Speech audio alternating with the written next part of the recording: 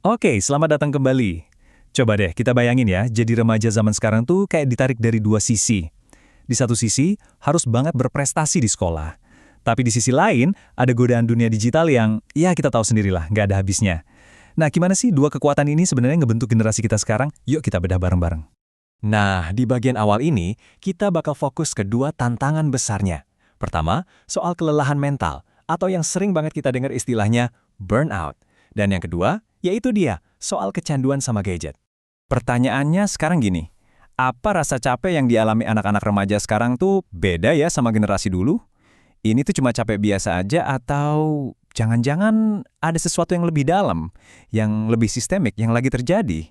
Nah, ini nih yang menarik. Di sini kita bisa lihat jelas tekanan itu datang dari dua arah yang berlawanan.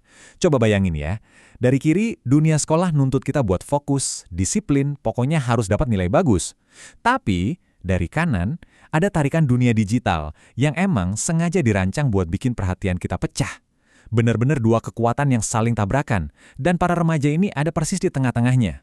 Untungnya nih, kita nggak perlu nebak-nebak aja. Ternyata, ada loh penelitian dari Indonesia yang coba ngebahas masalah ini secara ilmiah. Yuk, kita intip lebih dalam lagi karya akademis yang jadi basis omongan kita kali ini.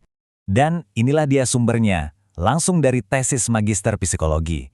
Kalau kita lihat langsung ke sumber aslinya kayak gini, kita jadi bisa lebih ngerti kerangka berpikir penelitiannya tuh gimana. Oke, coba kita lihat detailnya. Judulnya, Pengaruh Terapi Ekspresif Terhadap Kejenuhan Belajar dan Perilaku Adiksi Smartphone, penulisnya Jenny dari Universitas Medan Area, tahun 2022. Nah, dari judulnya aja udah kelihatan jelas banget kan polanya. Ada dua masalah, kejenuhan belajar sama adiksi smartphone, dan ada satu solusi yang mau diuji coba, yaitu terapi ekspresif. Nah, setelah kita tahu masalahnya apa, penelitian ini nawarin satu solusi yang kedengarannya menarik banget.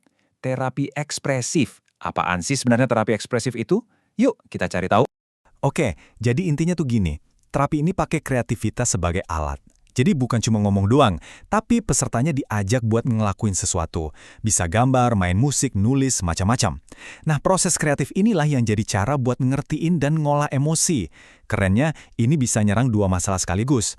Di satu sisi, kegiatan kreatif bisa jadi pelampiasan yang sehat buat stres sekolah yang bikin burnout. Di sisi lain, ini jadi kegiatan alternatif yang seru dan fokus. Jadi bisa ngalahin godaan buat scroll-scroll HP terus. Nah, bentuknya tuh macem-macem. Bisa lewat seni rupa, musik, tari, atau gerak, nulis kreatif, bahkan drama. Tapi intinya semua sama.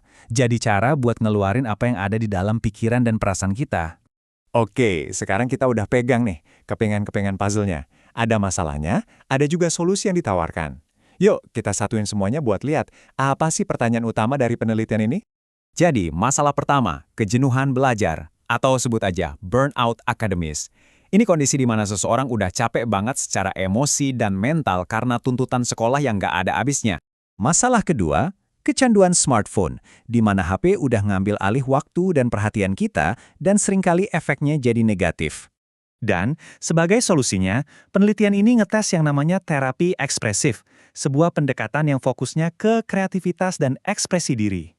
Nah, dari tiga hal tadi, muncullah pertanyaan utamanya. Pertanyaan yang ambisius banget loh. Bisa nggak sih satu jenis terapi, yaitu terapi kreatif ini, secara bersamaan ngurangin burnout karena belajar, sekaligus ngurangin kecanduan smartphone pada remaja? Ini dia hipotesis inti yang pengen banget dijawab sama penelitian ini. Oke. Sekarang coba kita ambil langkah mundur sebentar. Kenapa sih penelitian kayak gini tuh penting? Kenapa kita perlu peduli? Apa sih signifikansinya di gambaran yang lebih besar? Poin kuncinya tuh ini, masalah zaman sekarang seringkali butuh solusi yang juga kekinian. Jadi yang bikin penelitian ini berharga tuh bukan cuma soal hasilnya nanti gimana, tapi lebih ke keberaniannya buat nyoba pendekatan yang beda, yang kreatif.